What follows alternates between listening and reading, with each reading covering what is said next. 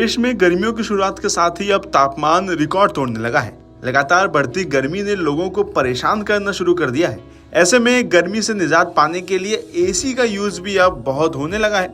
लेकिन एसी को यूज करते हुए लोग कई बड़ी गलतियां कर देते हैं।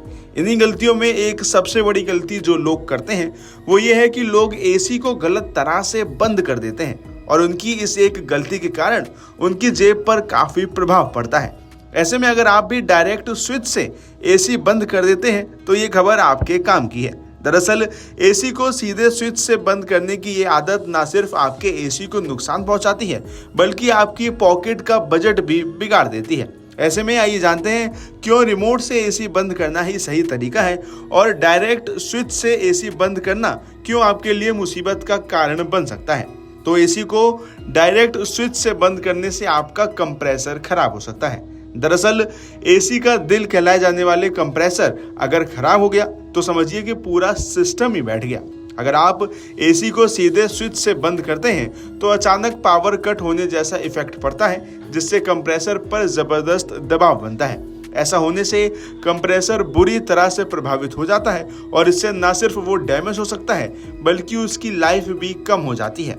ऐसे में मान लीजिए कि अगर आपका कंप्रेसर खराब हो गया तो आपको मोटा पैसा देना पड़ेगा। आमतौर पर किसी भी एसी के कंप्रेसर की कीमत काफ़ी ज़्यादा होती है।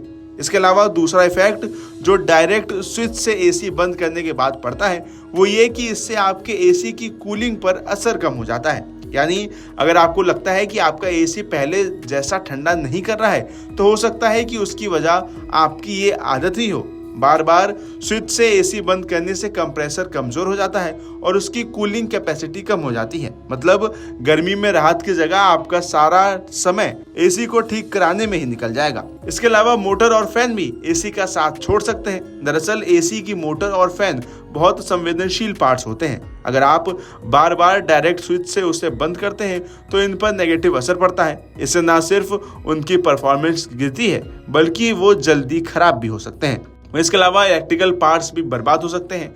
यानी एसी को सपोर्ट देने वाले स्विच और सॉकेट नॉर्मल इलेक्ट्रिक अप्लायंस जैसे ही होते हैं। अगर आप इन्हें बार बार ऑन या ऑफ करते हैं तो इसमें लगे इलेक्ट्रिकल कंपोनेंट्स जल सकते हैं और जब ये खराब होते हैं तो रिपेयरिंग में मोटा खर्चा आता है।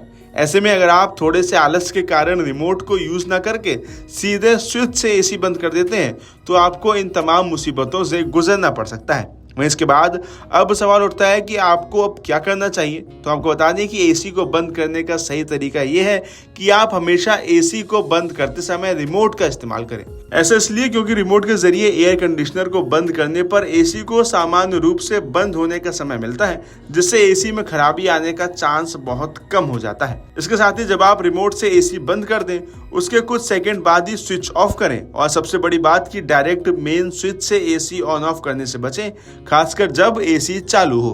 यानी बस इतनी छोटी सी केयर करके आप अपने एसी और अपनी जेब दोनों को फिट रख सकते हैं। अगर आप ये वीडियो YouTube पर देख रहे हैं तो हमारे चैनल को सब्सक्राइब करें और बेल आइकन को दबाना ना भूलें। अगर आप Facebook पर ये वीडियो देख रहे हैं तो हमारे पेज को लाइक करें।